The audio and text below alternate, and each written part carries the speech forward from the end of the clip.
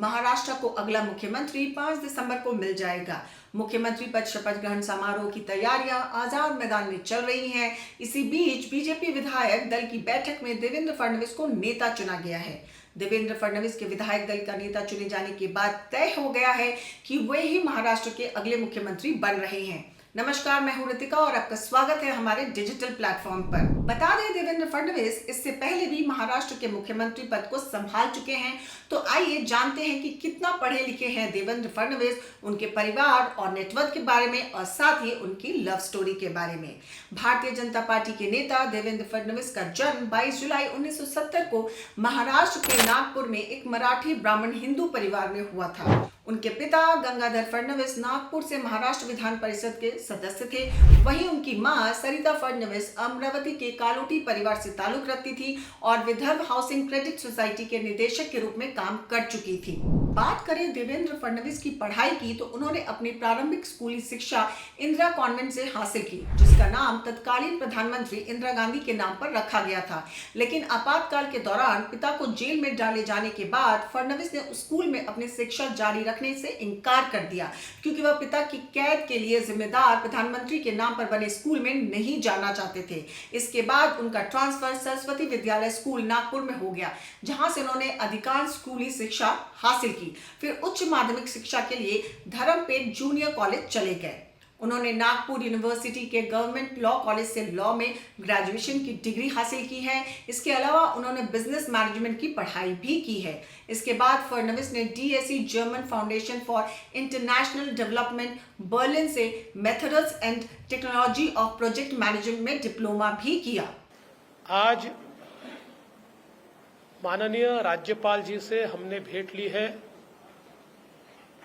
और माननीय राज्यपाल जी को भारतीय जनता पार्टी, शिवसेना, राष्ट्रवादी कांग्रेस, जनसुराज्य पार्टी, युवा स्वाभिमान पार्टी, रासप और इंडिपेंडेंट ऐसे सभी के पत्र आज हमने सौंपे हैं।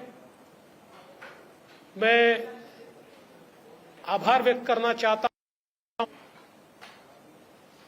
आदरणीय मुख्यमंत्री एकनाथ शिंदे जी का। एकनाथराव शिंदे जी ने शिवसेना के अध्यक्ष के तौर पर और शिवसेना के लेजिस्लेचर पार्टी के प्रमुख के तौर पर महाराष्ट्र के मुख्यमंत्री पद के लिए मेरे नाम की सिफारिश का पत्र दिया है। साथ साथ राष्ट्रवादी कांग्रेस पार्टी के अध्यक्ष और लेजिस्लेचर पार्टी के नेता माननीय अजीत दादा पवार जी ने भी उसी प्रकार का पत्र दिया है। श्री विनय कोरे जी, रवि राणा जी, श्री गुट्टे जी साथ है, सभी ने इसी आशय का पत्र माननीय राज्यपाल जी को सौंपा है और इन सभी पत्रों को देखते हुए माननीय राज्यपाल जी ने हमें आमंत्रित किया है सरकार बनाने के लिए। नई सरकार का शपथ विधि ये 5 तारीख को शाम को 5:30 बजे विश्व गौरव भारत के प्रधानमंत्री माननीय नरेंद्र मोदी जी की उपस्थिति में संपन्न होगा। मुंबई के आजाद मैदान पर यह संपन्न होगा और इस शपथ विधि में तीनों पार्टी के नेता वहां पर रहेंगे। उसके बाद और किसका शपथ विधि होगा इसका फैसला हम शाम तक करेंगे। हमारी बैठकें हैं, उसके बाद हम शाम तक करेंगे। जैसा ही फैसला होगा वैसे आपको इत्तला दी जाएगी। बीजेपी के नेता देवेंद्र फडणवीस काफी अमीर हैं। चुनावी हलफनामे में उन्होंने अपनी संपत्ति का ब्यौरा दिया था, जिसके मुताबिक उनके पास 13,27,47,728 रुपए की कुल चल अचल संपत्ति है।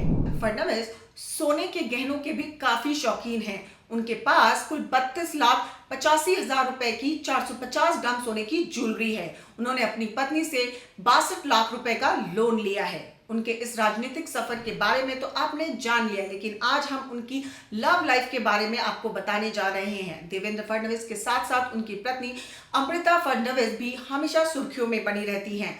फडणवीस की राजनीतिक पारी के बीच उनकी एक्ट्रेस सिंगर पत्नी अमृता ने भी अपने करियर को हमेशा बनाए रखा, लेकिन राजनीति में पूरी तरह डूबे देवेंद्र और चमकती दुनिया से जुड़ी अमृता आखिर कैसे मिली, आइए आपको बताते हैं। देवेंद्र और अमृता की शादी साल 2005 में हुई थी। अमृता महाराष्ट्र के मशहूर नेत्र रोग विशेषज्ञ शरद रानडे और स्त्री रोग विशेषज्ञ चारुलता रानडे की बेटी हैं। जब ये दोनों मिले थे तब अमृता एक बैंकर थी। इन दोनों की अरेंज मैरिज के लिए एक कॉमन फ्रेंड के घर मिलाया गया।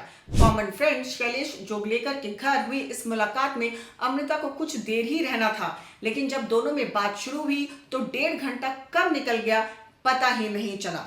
दरअसल देवेंद्र तब विधायक बन चुके थे और अमृता राजनीति के बारे में श्योर नहीं थी। अमृता को लगता था कि देवेंद्र किस टाइप के इंसान होंगे, क्योंकि नेताओं को लेकर उनके दिमाग में काफी नेगेटिव छवि थी। लेकिन उनसे मिलने के साथ ही यह डर गायब हो गया, क्योंकि उन्होंने देखा कि वो बहुत ही सच्चे और डाउन टू अर्थ पर्सन हैं।